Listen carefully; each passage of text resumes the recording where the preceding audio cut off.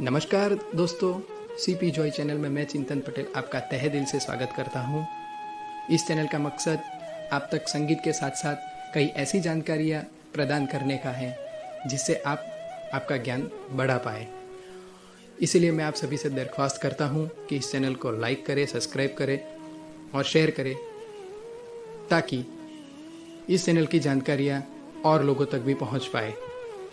आज हम एक ऐसे इंसान के बारे में बात करेंगे जिन्होंने 1950 से 1987 के बीच का भारतीय फिल्म संगीत को एक ऐसा दौर प्रदान किया जिसकी ऋणी हमारी पूरी भारतीय जनता हर हमेश रहेंगी। तो ऐसे ही जिंदा दिल इंसान किशोर कुमार को सीपी जॉय चैनल का शत शत नमन। जिंदगी के सफर में गुजर जाते हैं जो मकाम, वो फिर नहीं आते, वो फिर नहीं आते। जी हाँ दोस्तों, आज हम ऐसे ही एक सुरीले जिंदा दिल इंसान की बात करेंगे जिनकी आवाज़ ने हमें संगीत सीखने और सुनने के लिए प्रेरित किया। मैं बात कर रहा हूँ हमारे अपने आभास कुमार यानी किशोर दा की। आज ही के दिन सन 1987 के रोज उन्होंने हम सबको अलविदा कह दिया।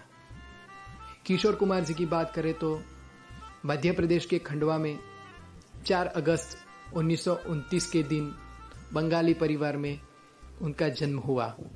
पिता कुंजलाल वकालत करते थे और माता गौरी देवी गृहिणी थी। कुंजलाल और गौरी देवी के 4 संतानों में से किशोर कुमार सबसे छोटे थे। बड़े बेटे अशोक कुमार एक बहुत बड़े अभिनेता थे और वे चाहते थे कि अपना छोटा भाई किशोर भी अभिनय के क्षेत्र में अपना नाम करे, लेकिन किशोर कुमार को कुछ और ही मंजूर था। किशोर कुमार चाहते थे कि वो अच्छे गायक बने और गाना गाए, परंतु उनके गले में खराश थी। पहले उनकी आवाज़ थोड़ी बहुत खराश वाली थी। एक दिन आकस्मिक रूप से किशोर कुमार जी की उंगली कट गई और तब ऐसी कोई दवाई उपलब्ध नहीं थी कि उंगली के उस कटे हुए भाग को बेहोश करके उसकी सारवार की जाए। उसका मतलब यह हुआ कि जब जब किशोर कुमार की सारवार होती थी, दवाई लगाई जाती थी, वो बहुत रोते थे और तकरीबन 15 दिन रोते रोते उनके गले में जो खराश थी वो निकल गई और उनकी एक सुरीली आवाज़ जो हमारे बीच आई, जिसने हम सबको हंसाया, रुलाया, गमगीन किया और सादगी प्रदान की। किशोर कुमार ने पहली फिल्म एक अभिनेता के दौर पर की, वह थी शिकारी। शिकारी में अपने बड़े भाई मुख्य भूमिका में थे, यानी कि अशोक कुमार मुख्य भूमिका में थे और किशोर कुमार को पहला प्लेटफॉर्म मिला शिकारी में। उसके बाद उनका अभिनेता के रूप में कारवां शुरू हुआ और तकरीबन पहली 22 फिल्मों में से 16 फिल्में फ्लॉप रही। किशोर कुमार ने कई फिल्मों में तो दिल से काम इसीलिए नहीं किया क्योंकि वो अभिनेता बनना ही नहीं चाहते थे।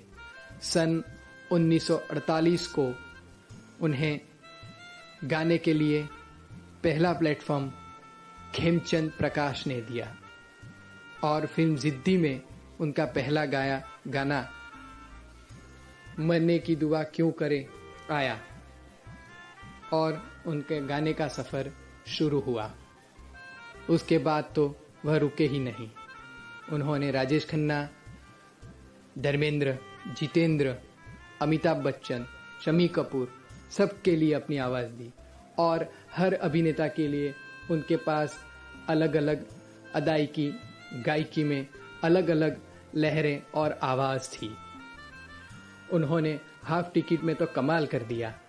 खुद अभिनेता थे, साथ साथ 2 आवाज़ों में, यानी कि स्त्री और पुरुष दोनों आवाजें खुद ने ही निकाली और वह गाना था आके सीधी लगी। और यह गाना इतना हिट हुआ कि आज भी हम सुनते हैं तो हमें बहुत मज़ा और आनंद आता है। किशोर कुमार के गाने वैसे भी हमें आनंदित भी करते हैं, गमगीन भी करते हैं और कुछ सिखाते भी हैं। किशोर कुमार की निजी ज़िंदगी की बात करें तो उनकी 4 शादियां हुई। पहली शादी सन 1950 में 21 साल की उम्र में उमा गुहा ठाकुर से हुई, जो एक अदाकारा थी। 8 साल रही। इस शादी के दरमियान एक बेटा था जिनका नाम अमित कुमार। अमित कुमार को हम एक गायक के रूप में जानते हैं। सन 1958 को उमा जी और किशोर कुमार जी अलग हो गए। 1960 को उस समय की बहुप्रचलित अदाकारा, बहुलोकप्रिय अदाकारा मधुबाला जी से उनकी शादी हुई। मधुबाला जी को दिल की बीमारी थी। सन 1968 को वह हमारे बीच से चल बसी और किशोर जी अकेले हो गए। सन 1970 को उन्होंने योगिता बाली जी से शादी की। यह शादी 6 साल तक रही और 1976 को दोनों अलग हो गए। 1978 को लीना चंदावरकर जी से उन्होंने शादी की और यह शादी अंत तक रही, जिससे एक बेटा हुआ। उसका नाम है सुमित कुमार और वह भी एक गायक के रूप में काम करता है।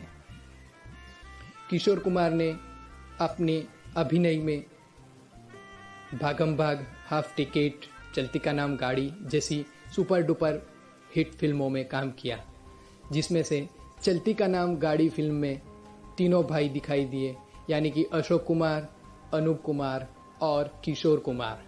लेकिन किशोर कुमार एक अच्छे अभिनेता और अच्छे गायक ही नहीं थे, अच्छे संगीतकार, अच्छे गीतकार, प्रोड्यूसर, डायरेक्टर और शब्दकार भी थे। किशोर कुमार जी की यही बातें उन्हें सबसे अलग बनाती थी। किशोर कुमार को सचिन देव बर्मन से सबसे ज़्यादा लगाव था और कुंदन लाल साइगल को वो अपना गुरु मानते थे। कई सारे संगीतकार तो किशोर कुमार की चुलबुली अदाओं के कारण उसे पागल या नौटंकीबाज कहते थे, लेकिन वह उनकी एक अलग अदा थी, जिसको कल्याण जी आनंद जी, लक्ष्मीकांत प्यारेलाल, राहुल देव बर्मन, सचिन देव बर्मन ने पहचाना और बहुत सारे गाने हमें इन सब जोड़ियों ने दिए। किशोर कुमार अपने पैसों के प्रति बहुत सख्त थे। एक प्रोड्यूसर तलवार थे, जिसके बारे में एक इंटरव्यू से पता चलता है कि उन्होंने तलवार के पास 8,000 रुपये, माफ़ कीजिएगा, 8,000 रुपये दिए थे। जो तलवार लौटा नहीं पा रहे थे तो किशोर कुमार उनके घर के सामने जाकर तलवार दे मेरे 8,000 ऐसा कहते थे और शर्मिंदा होकर तलवार ने 8,000 रुपये लौटाए थे। किशोर कुमार ने कई उतार चढ़ाव देखे, बहुत संघर्ष किया और फिर जाके हमें एक सुरीली आवाज़ मिली और वो था हमारे अपने किशोर कुमार। किशोर कुमार ने अपनी ज़िंदगी में हर तरह के गाने गाए, उसमें शास्त्रीय भी हैं, लेकिन उन्होंने ना तो कभी शास्त्रीय सीखा और ना ही उन्हें शास्त्रीय की कोई प्रॉपर तालीम प्राप्त हुई। आगे जाके किशोर कुमार जी ने अपने बेटों को भी उसी संगीत के प्रति सख्त रूप अपनाते हुए तालीम दी और बाद में हमें 2 कलाकार मिले, वह थे अमित कुमार और सुमित कुमार। 1987 की वह सुबह जब अमित कुमार कनाडा थे और सुमित कुमार अपने तैरने के शौक के कारण तैरने निकल रहे थे, लेकिन उस दिन यानी कि 13 अक्टूबर की सुबह किशोर कुमार जी ने सुमित को रोक लिया। ताज्जुब की बात यह है और साथ में दुखद बात भी यह है कि उसी दिन किशोर कुमार के बड़े भाई और जिन्हें वो अपने पिता समान समझते थे, वह अशोक कुमार का जन्मदिन था। और उसी दिन शाम 4:45 बजे किशोर कुमार ने हम सबको अलविदा कह दिया।